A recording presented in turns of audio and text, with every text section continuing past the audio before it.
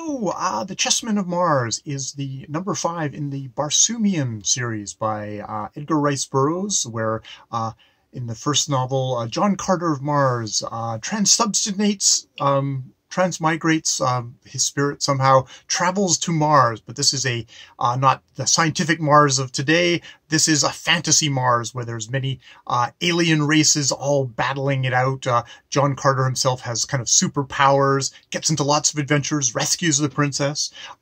Now, this is number 5 in the series, and we've already sort of left John Carter behind. He is no longer the central figure in the series. In the last book, we had Thuvia, Maid of Mars. That was about Thuvia, Maid of Mars, and John Carter's son, Catharsis.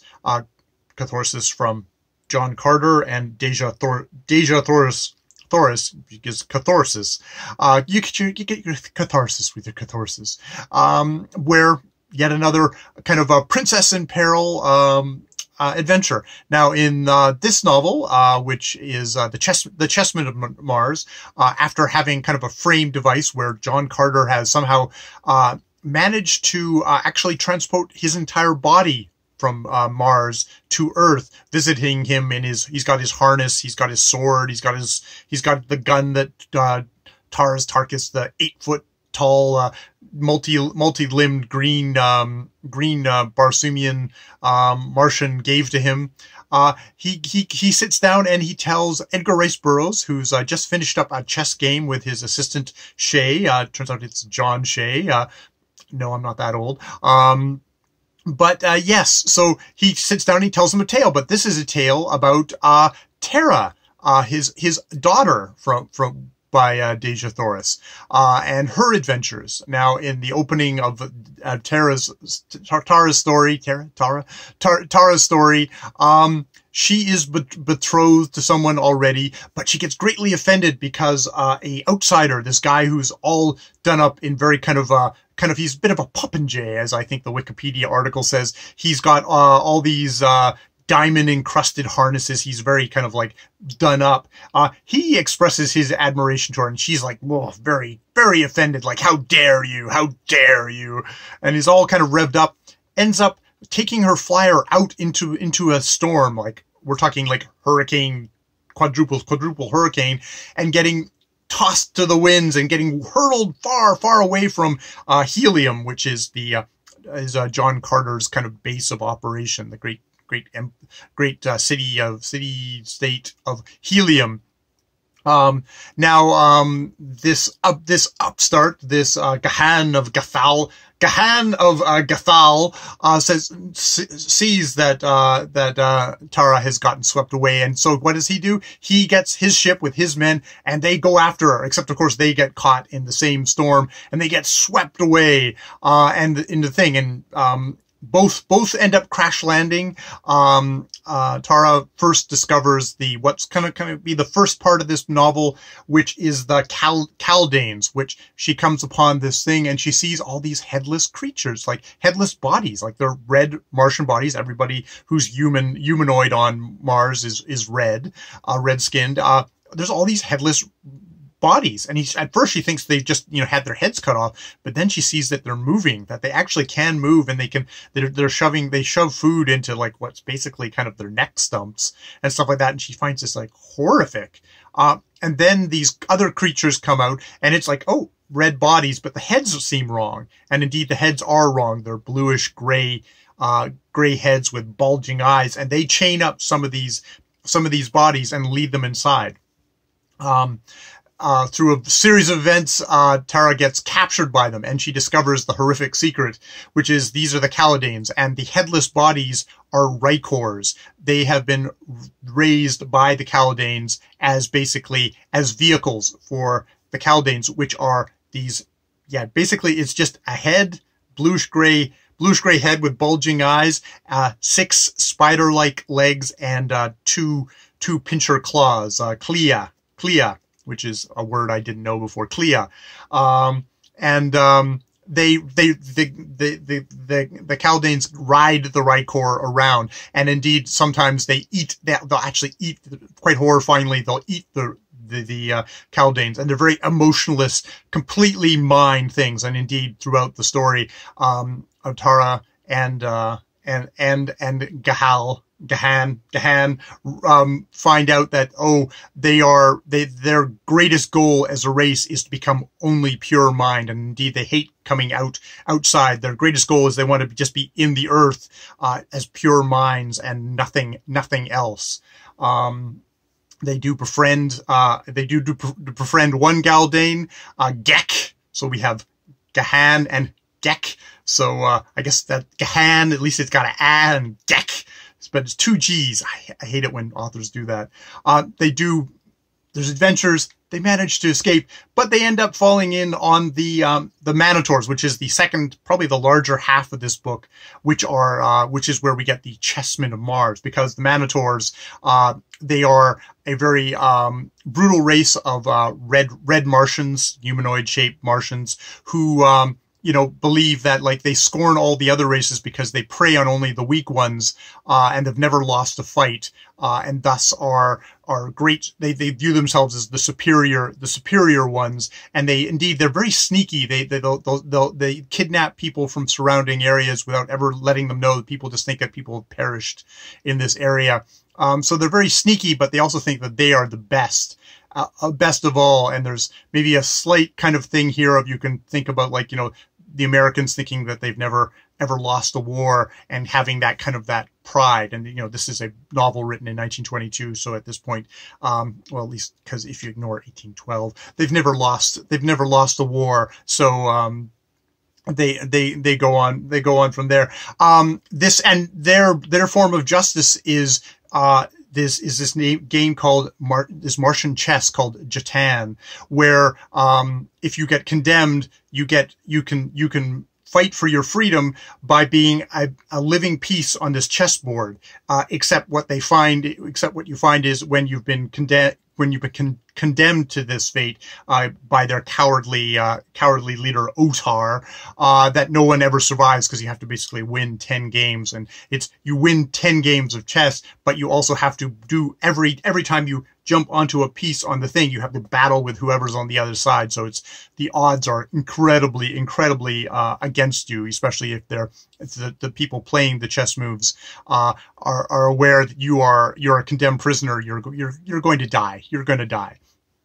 And indeed, so throughout this, of course, we have the usual kind of princess stuff happening, which is Tara is fabulously good looking, almost as good looking as Dejah Thoris, and people automatically fall in love with her. So people want, the Otar, the cowardly leader, wants to take her as his his bride. Well, not at first, because she's very, very mouthy. She speaks against him, but in the end, yes, it becomes a princess. It's a princess in peril plot again, where Gahan has to save her. Gahan, whose name he changes his name to Turin Panthar, humble Panthar, because she doesn't because of course in that crossed wires, she doesn't recognize him from his initial Popinjay appearance at the beginning of the novel, where he had some diamonds across his chest. So suddenly he's it's the Clark Kent thing of you put on that, no one can actually pierce your disguise. So now he's a humble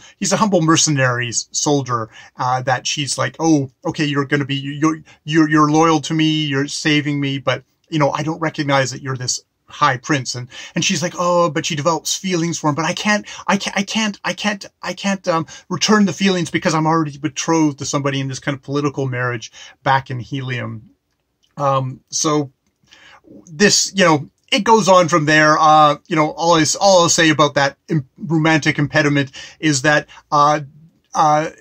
Tara's, betrothed is de jour, which, if you're Josie and the Pussycats, fan, that de jour means friendship. So that's how these things are going to work out. This has got a very familiar romance, fighting bad aliens, kind of interesting kind of stuff from the Edgar Rice Burroughs thing. So So, like, I really like this kind of split of the Rykor and the Kaldane at the beginning. That is a fun kind of little science fiction concept there of a race that is completely mind, who have bred these bodies for themselves to carry them around, and they can discard the bodies when they want. They can eat them when they want. They're devoid of all feelings, which makes them rather horrific to the two Red Martian heroes. But and indeed they get escape because there's one Kaldane who realizes, oh, you've convinced me that finer feelings, especially Tara singing, is like, oh, you've caught me, you've awakened this recognition in myself that there are finer things in life than just pure cold, harsh intellect.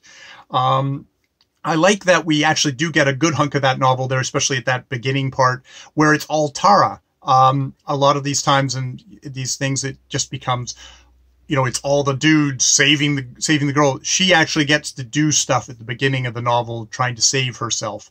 So it's like that. I like a lot of the horror elements that Edgar Rice Burroughs has. He's always touted as kind of the science fantasy writer, but he actually does have a lot of good kind of horror elements, slightly Lovecraftian kind of like, oh, the nameless horrors. There's a ghostly kind of presence in the second half of the book, where the Manitors are deathly afraid of what's in this ancient part of their own stronghold. But and Edgar Rice Burroughs is absolutely good at kind of evoking that kind of the chills sort of thing. Now, the second half of this book, though, with the Manitors, is kind of boring. We have a lot of just kind of build up and scenes of kind of like the inter-office politics of the thing.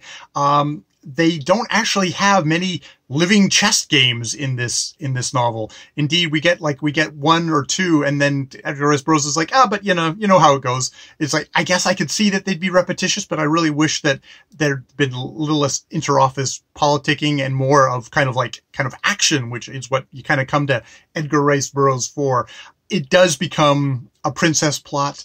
Tara, especially in the second half, is the princess in peril, with the Gahan having to do it. I mean, that's what you sign up for Edgar Rice Burroughs, so I kind of accept that, but, whatever.